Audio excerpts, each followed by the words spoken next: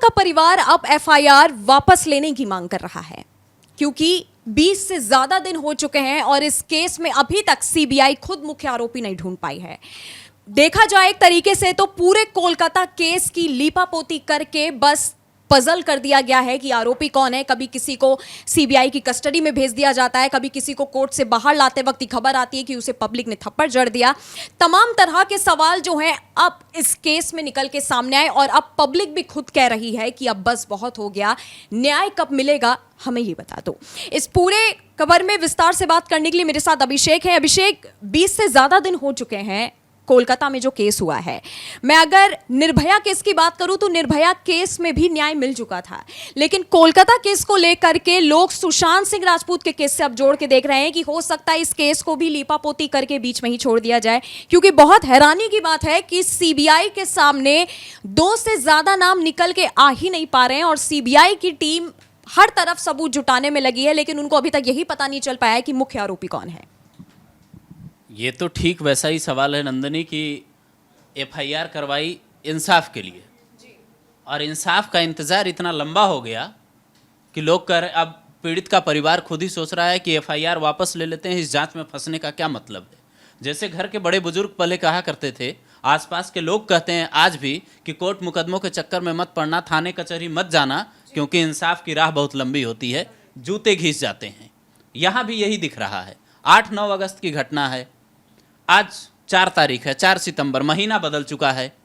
उसके बाद भी क्या हुआ है? जांच के नाम पर 2 आरोपी, संदीप घोष और संजय रॉय, 3 तो कंफर्म नहीं बताया जा रहा है। हाँ, और 3 और आरोपी, विप्लव देव, सुमन हाजरा और एक और, 5 लोग हैं टोटल जांच के नाम पे सीबीआई के पास। सीबीआई की टीम जो कनेक्ट करती है इसको, एक आरोपियों को जो कनेक्ट करती है, इनके पास जो भी तरीके हैं उसके जरिए इनको क्या पता चला है? इनको पता चला ये है कि संजय रॉय ही आरोपी है। सीबीआई सुप्रीम कोर्ट में भी ये बात बोल चुकी है। लेकिन जो बात आप कह रही हैं कि पीड़ित का परिवार क्यों चाहेगा कि हम एफआईआर वापस ले लें, तो उसकी 2 बड़ी वजह हो सकती है। आप पहली वजह देखिए कि उनसे लगातार इतनी पूछताछ हो रही है। हमारे देश का सिस्टम ऐसा है कि अगर कोई न्याय मांगने जाए तो उससे इतनी पूछताछ होती है जैसे आरोपी वही हो। और इस केस में जो लड़की है उसके माँ बाप से कभी कोलकाता पुलिस पूछताछ करती है, कभी सीबीआई की टीम पूछताछ करती है। दिन भर लगातार उनसे ये पूछताछ हो रही है कि आपको कॉल कब आई, आपको घटना के बारे में पता कब चला, किसने बताया, क्या हुआ, यही चल रहा है। और ये तक कहा जा रहा है कि उनको नजरबंद कर दिया गया है। कुछ दिन पहले तक ये खबर आई थी। तो आखिर ये जो सिस्टम है, ये सिस्टम कब बदलेगा? आप सोचिए कि इतने दिनों में अगर यही नहीं पता चलेगा कि आरोपी कौन है, जैसा कि मैं पहले भी कह रहा था, तो चार्जशीट कब पेश होगी, कब न्याय मिलेगा? जी बिल्कुल। और जिस तरह से अभिषेक आपने कहा कि जब कोई न्याय मांगने जाता, और ये बात सही भी, आप कोर्ट में भी देखिए लाखों करोड़ों केस अभी तक पेंडिंग पड़े। अभी भी अगर आप कोर्ट तक जाओगे तो वहां पे कई लोग ऐसे मिलेंगे जो कहेंगे कि हम 1-2 साल से न्याय की मांग कर रहे हैं। पीड़िता के परिवार से 24 घंटे में लगभग 10 से 12 लोग यही पूछने चले आते हैं कि आपकी लड़की के बारे में आपको कैसे पता चला था, असिस्टेंट सुपरिटेंडेंट की कॉल आई थी तो वो कितने बजे आई थी। इस पूरे सवाल के अलावा इस सवाल पे कोई बात नहीं करना चाह रहा है कि आखिरकार संदीप घोष का आपने जब पॉलीग्राफ टेस्ट किया था तो उसकी जगह आप उसका नार्को टेस्ट कर लेते तो शायद आपको आज तक कुछ पता चल गया होता।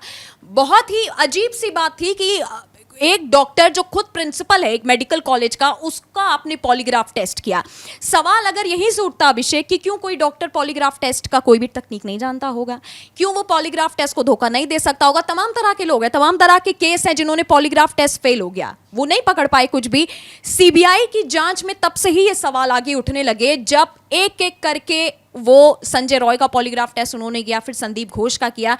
अभी तक आप खुद सोचिए कि 20 दिन से ज्यादा का समय हो गया, जैसे अभिषेक आपने कहा कि महीना बदल गया, लेकिन अभी तक सीबीआई को यही पता नहीं चला है कि आखिरकार उस दिन रात को सेमिनार हॉल में कितने लोग थे। कभी आप 1 का नाम लेते हैं, कभी आप कहते हैं 4 लोग थे, कभी आप कहते हैं 6 लोग हैं, कभी आप कहते हैं 7 लोग थे।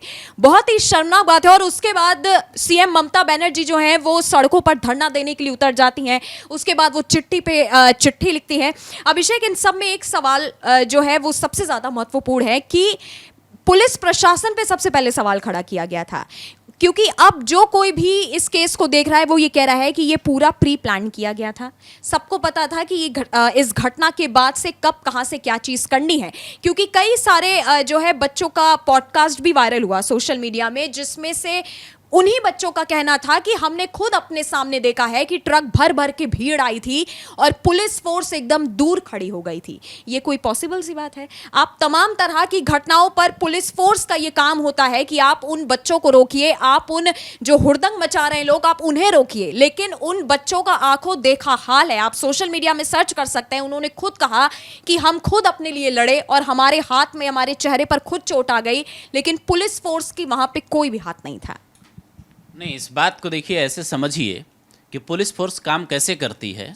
नायक मूवी में सीन दिखाया था ना अमरीश पुरी का, इसको वैसे कनेक्ट करके अगर समझिए तो पुलिस फोर्स किसी न किसी के आदेश पे काम करती है। आज लोग क्यों लिख रहे हैं कमेंट में कि जो पुलिस कमिश्नर है विनीत गोयल, अगर मैं सही से नाम याद कर पा रहा हूं तो उनका टेस्ट होना चाहिए, उनसे पूछताछ होनी चाहिए। आज लोगों को क्यों लिखना पड़ रहा है? क्योंकि पुलिस फोर्स से भरोसा उठ गया है। और ये भरोसा उठा क्यों है नंदिनी, ये समझना होगा। ये भरोसा इसलिए उठा है क्योंकि केंद्र और राज्य दोनों ऐसे राजनीति में फंसे हैं, दोनों इस लेवल की पॉलिटिक्स कर रहे हैं कि मुझे लगता है कि ये न्याय मिलने में कितना लंबा वक्त लगेगा पता नहीं। ये देश ठीक वैसे ही गुस्से से उबाल मार रहा था जब साल 2012 में आप जो निर्भया केस का याद दिला रही थी, तो साल 2012 में जब दिल्ली की सड़कों पर यही आंदोलन हो रहे थे, लेकिन न्याय मिलने में कितना साल लगा? आप सोचिए, जब इतने साल का वक्त उन आरोपियों को पकड़ने, और क्यों लगा इतना वक्त, यह भी समझना होगा। क्योंकि हमारा सिस्टम इतना लचीला है। आप एक बात सोचिए, कल ममता बनर्जी जो बिल लेकर आई हैं, अपराजिता बिल, वो कहती हैं कि 2 महीने में मैक्सिमम हम फांसी के तख्ते तक आरोपी को पहुंचा देंगे। क्या ये पॉसिबल है? आप जिस फास्ट ट्रैक कोर्ट की बात कर रही हैं, फास्ट ट्रैक कोर्ट का मतलब है लोअर कोर्ट के बराबर। आप फास्ट ट्रैक कोर्ट में केस लेकर जाइए, आपके अंडर है, मान लिया मैंने कि वो 10 दिन में फैसला दे देगा, पुलिस जल्दी चार्जशीट पेश कर देगी, लेकिन उसके बाद वो आएगा हाई कोर्ट, उसके बाद वो आएगा सुप्रीम कोर्ट। अब सुप्रीम कोर्ट तो आपका नहीं है ना, सुप्रीम कोर्ट आपके ज्यूरिडिक्शन से बाहर है। आप सुप्रीम कोर्ट के जज से ये नहीं कहेंगे कि आप केसेस जल्दी कर दीजिए। क्यों? क्योंकि इसके पीछे भी वजह है, और इसके पीछे की वजह ये है नंदिनी, ये लोग नहीं समझ रहे हैं कि हमारे इसी हिंदुस्तान में एक दिन में 85 रेप के मामले सामने आ रहे हैं, और वो हर केस उतना ही महत्वपूर्ण है जजों के लिए जितना एक कोलकाता का केस, या फिर आप किसी और राज्य का नाम ले लीजिए, उत्तराखंड का नाम ले लीजिए, यूपी का ले लीजिए, किसी राज्य का नाम ले लीजिए। हर जगह रोज इतने मुकदमे दर्ज हो रहे हैं। अब किस केस को प्रायोरिटी दें जज? हर केस में तो यही होगा। तो फिर कैसे ममता बनर्जी कह रही है कि इतने दिनों में हम आरोपी को पकड़ लेंगे और उसको सख्त सजा दिलवा देंगे? ये तो राजनीति हुई ना। नहीं, और इन सब के अलावा एक सवाल ये भी खड़ा होता है कि ये बिल, पहले भी इस बिल की चर्चा हुई थी लेकिन इस बिल को लाया नहीं गया, क्यों? इसके बाद ये सवाल खड़ा होता है कि जब आप इंतजार कर रहे थे कि जब तक 10-12 लड़कियों के साथ ऐसी घटना ना हो जाए तब तक हम बिल नहीं लेके आएंगे। आज जब कोलकाता केस पजल हो चुका है, सीबीआई खुद सबूत नहीं ढूंढ पा रही है कि आखिरकार इस केस में आरोपी कौन था, सबसे जो एक क्वेश्चन मार्क का सवाल है वो पुलिस प्रशासन पे ही है। आप खुद बताओ अभिषेक, कहीं पे अगर कोई क्राइम होता है तो उस क्राइम सीन को सबसे पहले सुरक्षित किया जाता है। सबसे बड़ा सवाल, सबसे बड़ा शक आरजी मेडिकल कॉलेज के सेमिनार हॉल को लेकर के खड़ा होता है कि जब आपको पता था कि उस सेमिनार हॉल में घटना हो गई है तो पुलिस ने उस जगह को सील क्यों नहीं किया था? पुलिस ने तो उस जगह को खुला छोड़ा था, जिसके बाद से प्रदर्शनकारी जितने भी ट्रक भर के उतरे उन्होंने उन सबको डिस्ट्रॉय कर दिया ताकि सबूत ना मिले। कई सारे सवाल मुझे लगता है सीबीआई की आंखों के सामने भी थे, लेकिन एक होता है ना कि कभी कभी नजरों का धोखा हो जाता है, या नजर वो नहीं देख पाती जो हमें सच में देखना चाहिए। जिस तरह से सेमिनार हॉल में सबूत मिटाए गए, जिस तरह से सीसीटीवी फुटेज को डिस्ट्रॉय किया गया, उन सभी को देख करके सवाल अब सीबीआई की जांच पे उठने लगे हैं कि आखिरकार सीबीआई को जिस तरीके से 3rd डिग्री का टॉर्चर भी लोग मांग कर रहे हैं कि आपको अगर संजय रॉय से सच उगलवाना है तो आप 3rd डिग्री का टॉर्चर भी दे सकते हैं, लेकिन आपने उनको आराम से जेल में रखा है। आप एक डॉक्टर को, जो खुद एक प्रिंसिपल है, उनका पॉलीग्राफ टेस्ट कर रहे हैं बजाय उनका नार्को टेस्ट करना चाहिए, क्योंकि नार्को टेस्ट को तो कोई धोखा नहीं दे सकता है। इस केस में अभिषेक मैं आपसे पूछना चाहूंगी कि अब आगे क्या होने वाला है, क्योंकि सीबीआई की जांच के ऊपर मुझे नहीं लगता कि किसी को पूरी तरीके से भरोसा है, क्योंकि आधे लोग एफबीआई की एंट्री कराओ उसकी भी मांग कर रहे हैं। नहीं, मैं कह तो रहा हूं कि आप निर्भया केस में यही गुस्सा, यही उबाल था देश में, 7 से 8 साल न्याय मिलने में लग गए, तो इस केस में लोग कैसे उम्मीद कर रहे हैं कि इतनी जल्दी न्याय मिल जाएगा? सीबीआई को कोसना, कोलकाता पुलिस पर सवाल उठाना, ममता बनर्जी के सरकार पर सवाल उठाना, ये सारी बातें एक तरफ है। मैं सिस्टम की बात कर रहा हूं। आप कैसे न्याय दिलवा दीजिएगा? या तो पूरा सिस्टम बदल दीजिए, या तो आप कोलकाता से लेकर दिल्ली तक ये कहिए कि जो भी आरोपी इस केस में होगा, चाहे वो कोई भी हो, आप ये मत देखिए कि आरोपी कौन है, आप उसको कहिए कि इतने दिन में सजा होगी।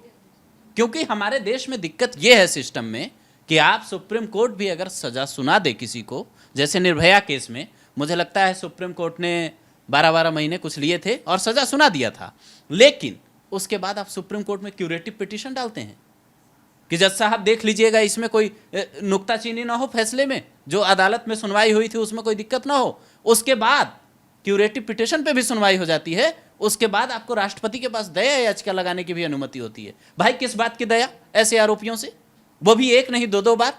क्यों लगानी है दया याचिका? क्यों ये कॉन्सेप्ट खत्म नहीं होता देश से? जी बिल्कुल। और इस पूरे कोलकाता केस को अगर आपने देखा होगा शुरुआत से, तो मुझे खुद बार बार बोलने में बहुत अजीब लगता है, बहुत दुख होता है ये बोलने में कि एक लड़की के साथ जब कुछ गलत हो गया है तो उसके परिवार वालों से एक आरोपी की तरह ही पूछताछ की जाती है, और उसके बाद जो है कुछ सरकारें जगती हैं, कुछ पार्टियां जगती हैं, फिर कहती हैं बिल लाना चाहिए, ऐसे करना चाहिए। हालांकि जिस तरीके की पूछताछ अब तक हो चुकी है, अब इस केस में क्या होगा ये देखने वाली बात होगी। लेकिन इस पूरे केस से एक मतलब साफ होता है कि अभिषेक ये कलयुग है, और इस कलयुग में मुझे लगता है लड़कियों को अपने हाथ में खुद शस्त्र उठाना चाहिए, ना कि कानून के भरोसे रहना चाहिए, क्योंकि कानून का न्याय आप देख चुके हैं कि हमारे देश में 7 साल हो, 10 साल हो, 5 साल हो, उसमें मिलता है।